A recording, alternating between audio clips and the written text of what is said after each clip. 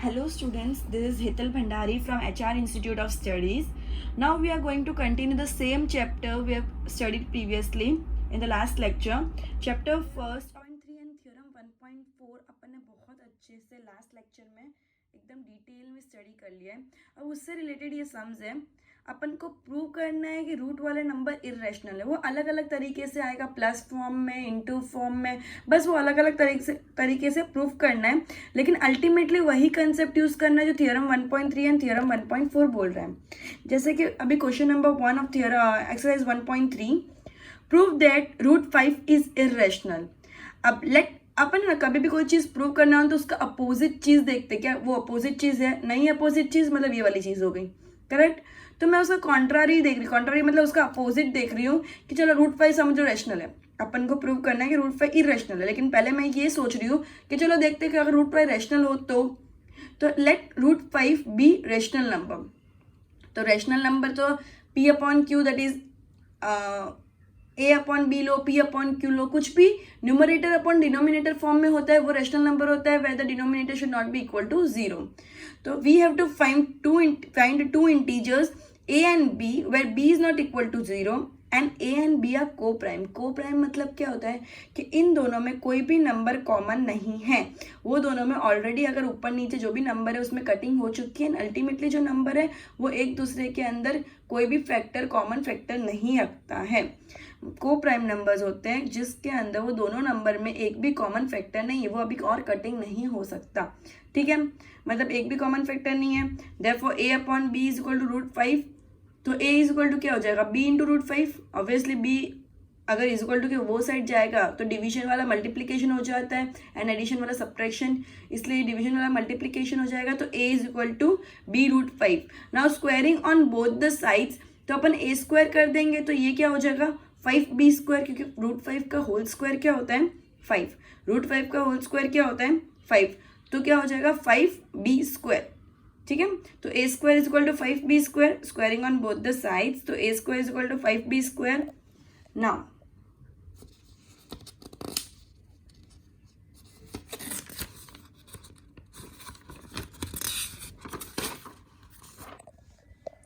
In accordance with theorem 1.3. Theorem 1.3 क्या बोलता है? अब जब भी ऐसा लिखा हो ना तो तुमको पूरा थियरम एक बार लिख देना है. मैंने खाली लिख दिया राइट फुल थियरम, लेकिन तुमको एक्चुअली पूरा थियरम लिखना है. ठीक है, इन अकॉर्डेंस विथ थियरम 1.3. 1.3 क्या बोलता है कि अगर q डिवाइड कर रहा है p स्क्वायर का मतलब q डिवाइड कर रहा है p को. ठीक है, और p एक पॉजिटिव इंटीजर होना चाहिए. तो इधर 5 डिवाइड कर रहे हैं a स्क्वायर को, मतलब अपन ये बोल सकते हैं कि 5a को भी डिवाइड कर रहे हैं. मैंने लास्ट लेक्चर में जो थियरम एक्सप्लेन किया था उसमें क्लियरली बोला था कि कोई चीज़ स्क्वायर को डिवाइड करे तो वो चीज़ वो सिंगल चीज़ को भी डिवाइड करेगी. जैसे अगर 5 divides a square then 5 divides a. If 5 divides a square then 5 divides a. ये बहुत इंपॉर्टेंट लाइन है, बहुत इंपॉर्टेंट थियरम है जो हर प्रूवडेट में तुमको लिखना ही पड़ेगा. और ये जो प्रूवडेट वाले सम है specially for the Gujarat board, ये सबसे इंपॉर्टेंट सम्स है from the view point of examination. ठीक है, तो 5 divides a square then 5 divides a, where a is a positive integer. Correct, positive integer मतलब माइनस वाला कोई नंबर नहीं आ सकता है. क्लियर है? तो a is equal to 5c. a is equal to 5c where अब a upon 5 is equal to मैं c मान रही हूँ. जो a डिवाइड्स 5 डिवाइड्स a था ना, उसको a अपॉन 5 को मैंने c मान लिया, तो a is equal to 5c हो गया. Where c is an integer, c भी कोई इंटीजर होना चाहिए. ठीक है, तो अब root 5b is equal to 5c हो गया. Root 5b is equal to 5c हो गया क्योंकि root a is equal to root 5b था. अपन लास्ट पेपर में, लास्ट जो अपन ने सम पीछे कर रहे थे, तो इसमें क्या लिखा था? a is equal to root 5, 8 is equal to b root 5. ठीक है, तो मैंने a के बदले लिख दिया 5c. a के बदले मैंने क्या लिख दिया? 5c, वह c इज एन इंटीजर. ठीक है, तो root 5b is equal to 5c और a के बदले मैंने लिख दिया रूट 5b क्योंकि a is equal to root 5b भी है. क्लियर है? अब root 5b square is equal to 5c square. अगर मैं इसको स्क्वायर कर रही हूँ दोनों को, तो 5b का भी होल स्क्वायर होगा, सॉरी मैंने 5c डायरेक्टली स्क्वायर लिख दिया है, पर वो इनटू ब्रैकेट्स होल स्क्वायर रहेगा, ठीक है।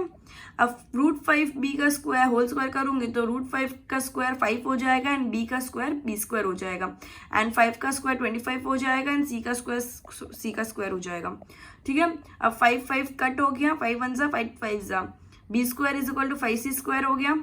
अब वापिस थ्योरम 1.3 यूज करेंगे, अगर 5 divides b square then 5 divides b, ठीक है।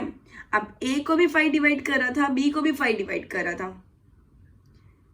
a को भी 5 डिवाइड कर रहा था, मतलब इन दोनों के अंदर कॉमन फैक्टर आ गया 5, लेकिन अपन ने सबसे पहले अजम्पशन में क्या लिखा था, a और b के बीच में कोई भी कॉमन फैक्टर नहीं होना चाहिए।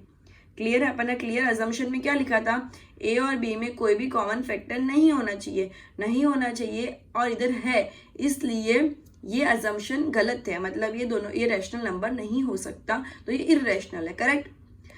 According to theorem 1.3 5 divides b square 5 divides b, where b is a positive integer. So a and b has at least 5 as a common factor. Therefore, a and b are not co-prime. Our assumption that root 5 is rational number is wrong. So root 5 is irrational, hence proved. Clear है।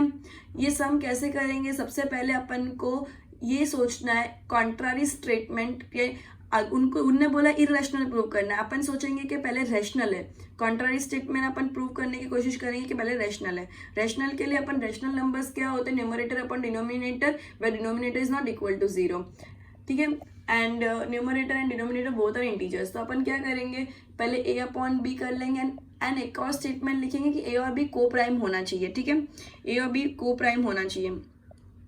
अब को prime के बाद अपन second step क्या करेंगे कि अपन a is equal to, अपन ने क्या a upon b is equal to 5 कर देंगे, जो भी नंबर अपन को रूट वाला प्रूव करना है वो कर देंगे, a upon b is equal to वो पर्टिकुलर नंबर लिख देंगे, तो a upon b is equal to root 5, तो a is equal to b root 5 हो जाएगा। उसके बाद अपन क्या करेंगे, squaring on both the sides, तो a square is equal to 5b square हो जाएगा। अगर a square divides 5b square then 5 divides a square then 5 divides a, clear है। अगर 5 a स्क्वायर को डिवाइड कर रहा है तो 5 a को डिवाइड करेगा, जहाँ पे a पॉजिटिव इंटीजर होना चाहिए। अब मैं a अपॉन 5 को c इमेजिन करती हूँ, where c is an integer, तो root 5b is equal to 5c लिख सकते हैं, उसको वापस स्क्वायर करूँगी, अगेन सेम स्टेटमेंट आएगा 1.3 वाला, फिर अपन बोलेंगे इन दोनों में कॉमन फैक्टर है 5, तो ये रैशनल नंबर नहीं हो सकता, ये को प्राइम नहीं है, ये को प्राइम नहीं है, तो अपना अजम्पशन रैशनल नंबर वाला गलत है और अपना अजम्पशन ही गलत है, तो इरेशनल है। क्लियर है, एकदम क्लियर है। सब सम ऐसे ही है, इस चीज को ज्यादा डिटेलिंग इसलिए दी ताकि दूसरे सम फटाफट करवा पाऊं, ठीक है। Switching to the next sum, ये प्लस वाला है, थोड़ा सा डिफरेंट है। Prove that 3 + 2 root 5 is irrational. Prove that 3 + 2 root 5 is irrational. Let 3 + 2 root 5 is rational. पहले ये ट्राई करो कि ये रैशनल नंबर हो, क्लियर है। We can find two co-prime integers a and b. 3 + 2 root 5 is equal to a upon b, where b is not equal to 0. Now a upon b minus 3 is equal to 2 root 5, तो a minus 3b upon 2b is equal to root 5 कैसे आया, मैंने इधर LCM ले लिया, तो LCM पहले एक और स्टेप अगर लिखना चाहो तो लिख सकते हो, a minus 3b upon b is equal to 2 root 5, ठीक है। फिर मैंने 2 नीचे ले लिया, तो 2 obviously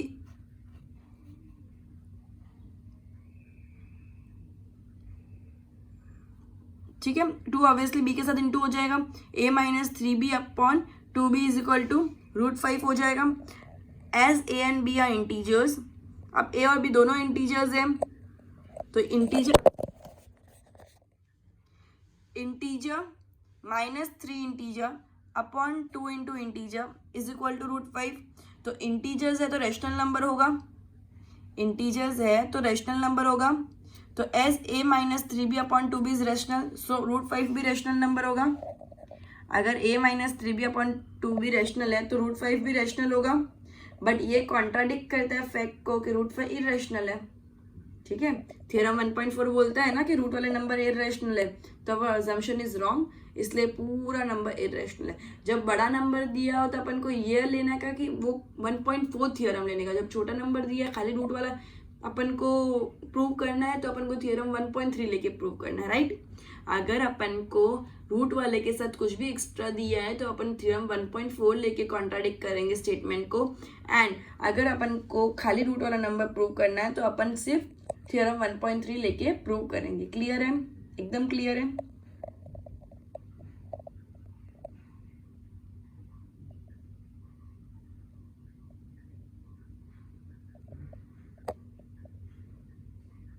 one upon root two, let 1/√2 is rational.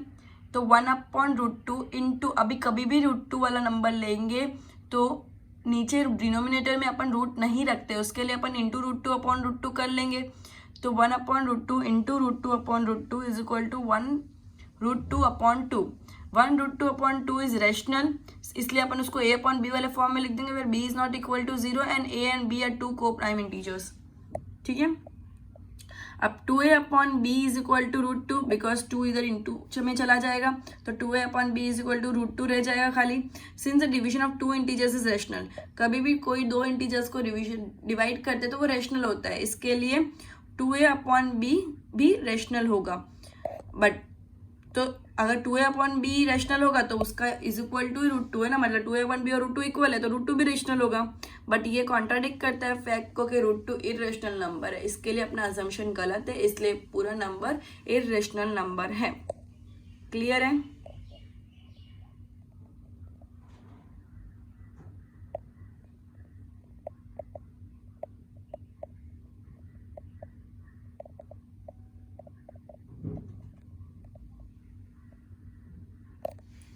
Switching to the next sum.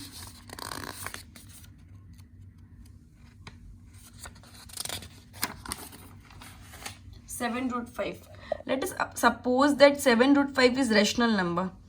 चलो सपोज करते हैं कि ये रेशनल नंबर है, तो 7/√5 क्या होगा, a/b व b is not equal to 0 and a and b are two coprime integers. Correct, ये अपन को सब स्टेटमेंट में लिखना है तो अपन को आ ही जाना चाहिए डायरेक्टली, अपन को सोचने की जरूरत नहीं पड़नी चाहिए। ठीक है, अब √5 इज इक्वल टू a/7b लिख सकती हूँ मैं।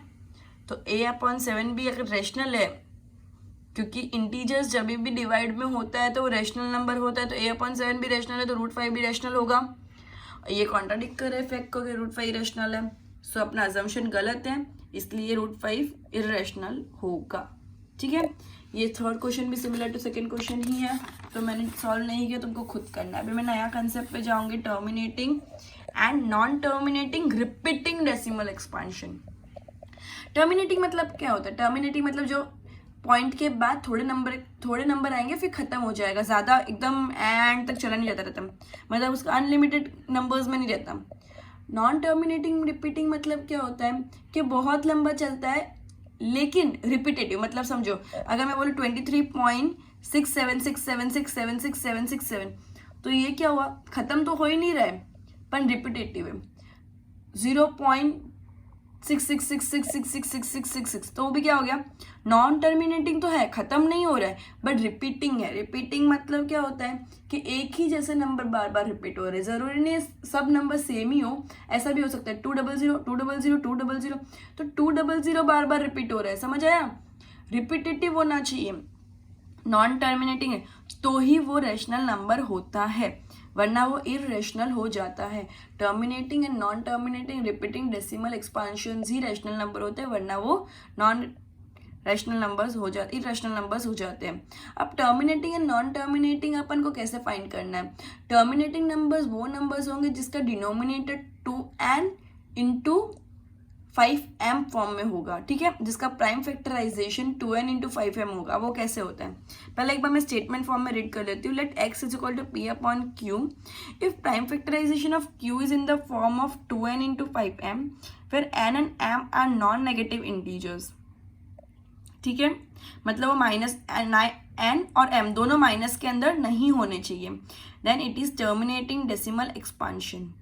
If prime factorization of q is in the form of 2n into 5m, where n and m are non-negative integers, then it is in the form of then it is terminating decimal expansion। अभी क्या बोलता है, खाली 2n होगा तो भी चलेगा, खाली 5m होगा तो भी चलेगा, लेकिन इन दोनों के सिवाय कोई थर्ड नंबर इंक्लूसिव नहीं होना चाहिए।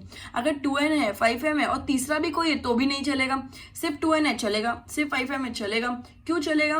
बिकॉज अगर सिर्फ 2n है तो अपन 5 को 0 करके कर देंगे तो 1 होता है, तो वो चलता है। सिर्फ 5m है तो 2 को 0 कर देंगे पावर में तो 1 हो जाएगा, वो भी चलता है। लेकिन इन दोनों के सिवाय कोई तीसरा नंबर अगर एंट्री मारा है तो वो नहीं चलेगा। क्यों नहीं चलेगा? बिकॉज 2 × 5 10 फॉर्म में होता है। 10 फॉर्म में होता है मतलब कोई भी नंबर को अल्टीमेटली पॉइंट लगने वाला है वो टर्मिनेट हो जाएगा। लेकिन नॉन टर्मिनेटिंग में क्या होता है, पॉइंट लगने के बाद अनलिमिटेड तक नंबर जाते हैं। अगर पॉइंट लग जाएगा तो अनलिमिटेड तक नंबर नहीं जाएगा, 0 आ जाएगा डिनोमिनेटर में, तो अनलिमिटेड नंबर्स नहीं जाएंगे। क्लियर है? अब अगर prime factorization of q is not in the form of 2n × 5m where m and n are non-negative integers, then it is non-terminating repeating decimal expansion. Clear है? Terminating, non terminating. अब है ना, तुमको exercise 1.4 के first question में क्या बोला, without doing actual calculation तुमको बताना है कि टर्मिनेटिंग है कि नॉन टर्मिनेटिंग है। ठीक है, लॉन्ग डिवीजन नहीं करना है, लॉन्ग डिवीजन नहीं करना, लेकिन अपन ये तो ढूंढ सकते हैं ना कि उसका एलसीएम क्या आ रहा है। क्लियर है? अब 13/3125, अगर मैं 3125 को एलसीएम कर रही हूँ तो 5 का पावर 5 आ रहा है। अगर 5 का पावर 5 मतलब 5m हो रहा है तो 2/0 2 पावर 0 कर दूंगी, और तो कोई नंबर है नहीं तो टर्मिनेटिंग हो गया। 8 में 2 का क्यूब आ रहा है लेकिन 5 में कुछ नहीं, तो 5 का 0 कर दूंगी तो वो भी टर्मिनेटिंग आ रहा है। खाली डिनोमिनेटर पे फोकस करना है। 455 को अगर मैं एलसीएम करूंगी तो 5 × 7 × 13 रहता है। 455 को अगर मैं एलसीएम करूंगी तो 5 × 7 × 13 रहता है। तो 7 और 13 दोनों 2m × 5n वाले फॉर्म में नहीं है, इसलिए वो नॉन टर्मिनेटिंग रिपीटिंग डेसिमल हो गया। मैंने किधर भी रिपीटिंग नहीं लिखा, लेकिन तो वो रिपीटिंग डेसिमल एक्सपांशन पूरा लिखना कंपलसरी है। ओके, 15/1600, 1600 मतलब 2 पावर 6 × 5 पावर 2, करेक्ट है। तो ये हो गया टर्मिनेटिंग, 2n × 5m वाले फॉर्म है। 343 7 का क्यूब होता है तो नॉन टर्मिनेटिंग ऑब्वियसली ना, 2n और 5m। 2 × 5 स्क्वायर ऑलरेडी दे दिया, दोनों 2n × 5m वाले फॉर्म में ही दे दिया, तो ऑब्वियसली टर्मिनेटिंग। 2 2 5 7 7 5, 2 वाला फॉर्म भी है, 5 वाला फॉर्म भी है, 2n है 5m है, बट एक्स्ट्रा 7 5 भी है, तो ये नॉन टर्मिनेटिंग होगा। एक्स्ट्रा कोई भी नंबर नहीं होना चाहिए। 6/15 दिया, तो सबसे पहले मैं कटिंग करूंगी उसको, तो 3 2 3 5 5 1 × 2 0, ऑब्वियसली टर्मिनेटिंग। इसको कटिंग करना जरूरी है, जब भी ऊपर नीचे कट होता है तो सबसे पहले कटिंग करना है, बिकॉज अगर मैं इसको कटिंग नहीं करती तो मैं इसके फैक्टर्स क्या लिखती, 3 × 5 एंड 3 देख के डायरेक्ट उसको नॉन टर्मिनेटिंग लिख देती, तो मेरा आंसर पूरा गलत हो जाता है। क्लियर है? 35/50, 5 7 5 10 10 क्या होता है, 2 × 5 तो हो गया टर्मिनेटिंग। 77/210, तो ये 7 11 7 30 30 का एलसीएम क्या होता है, 2 × 3 × 5, 2 और 5 तो सही थे लेकिन 3 एक्स्ट्रा है इसलिए नॉन टर्मिनेटिंग। ओके, अब नेक्स्ट क्वेश्चन क्या बोल रहा है, पहले इसको एक बार देख लें।